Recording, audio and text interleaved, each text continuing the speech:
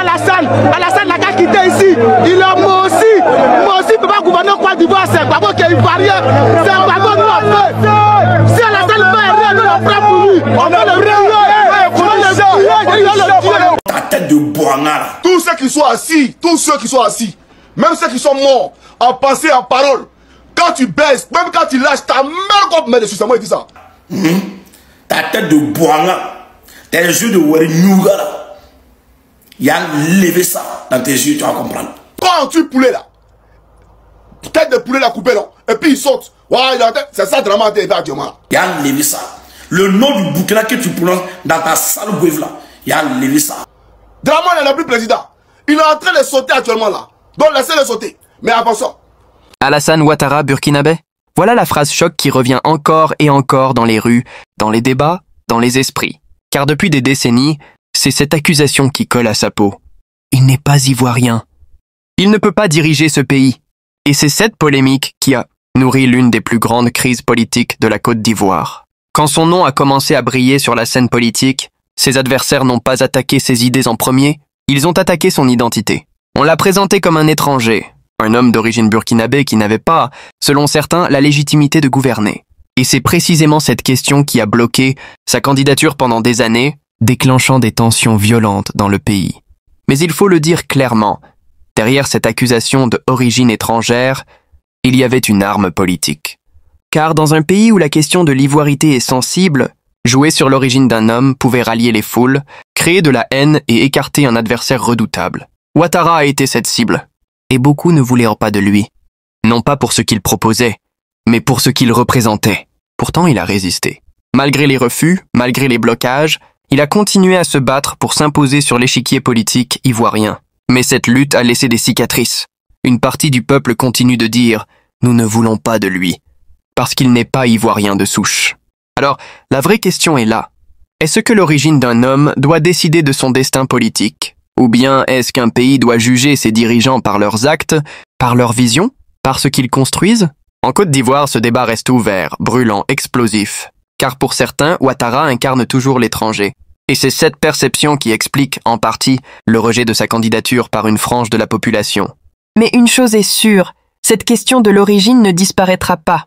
Elle restera au cœur des discussions chaque fois que son nom sera évoqué, chaque fois qu'on parlera d'élections, chaque fois qu'on parlera de l'avenir du pays.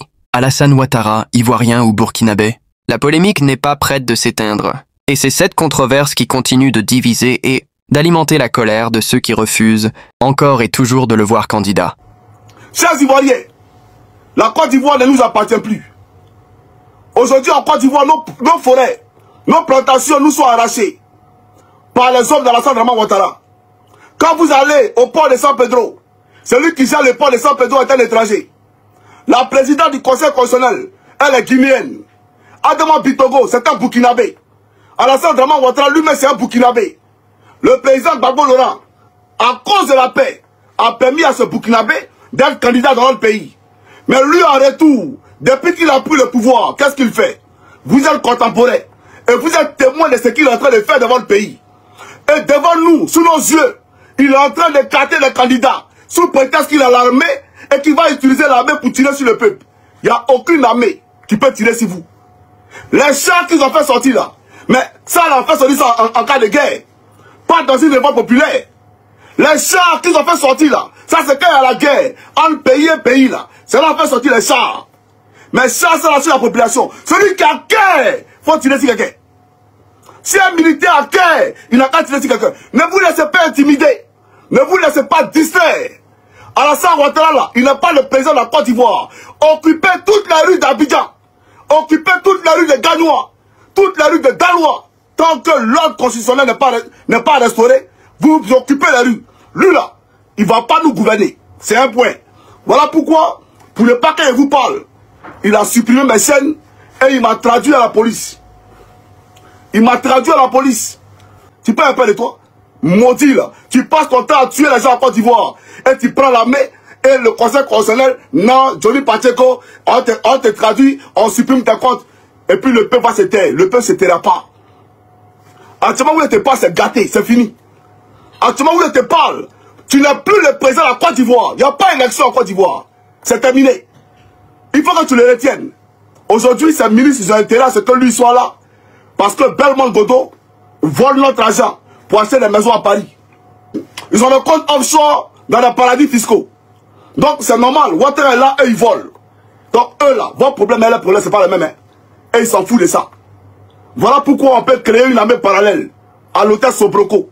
On met des gendarmes là-bas. Des gendarmes qui sont censés vous sécuriser. On les met là-bas, qu'est-ce qu'ils font? On torture les gens. On tue les gens. Et c'est nous, on dit que nous, on veut le déstabiliser. Il n'était pas encore déstabilisé, champion. Ouattara incarne toujours l'étranger. Et c'est cette perception qui explique, en partie, le rejet de sa candidature par une frange de la population. Mais une chose est sûre, cette question de l'origine ne disparaîtra pas. Elle restera au cœur des discussions chaque fois que son nom sera évoqué, chaque fois qu'on parlera d'élections, chaque fois qu'on parlera de l'avenir du pays. Alassane Ouattara, ivoirien ou burkinabé? La polémique n'est pas prête de s'éteindre. Et c'est cette controverse qui continue de diviser et d'alimenter la colère de ceux qui refusent encore et toujours de le voir candidat.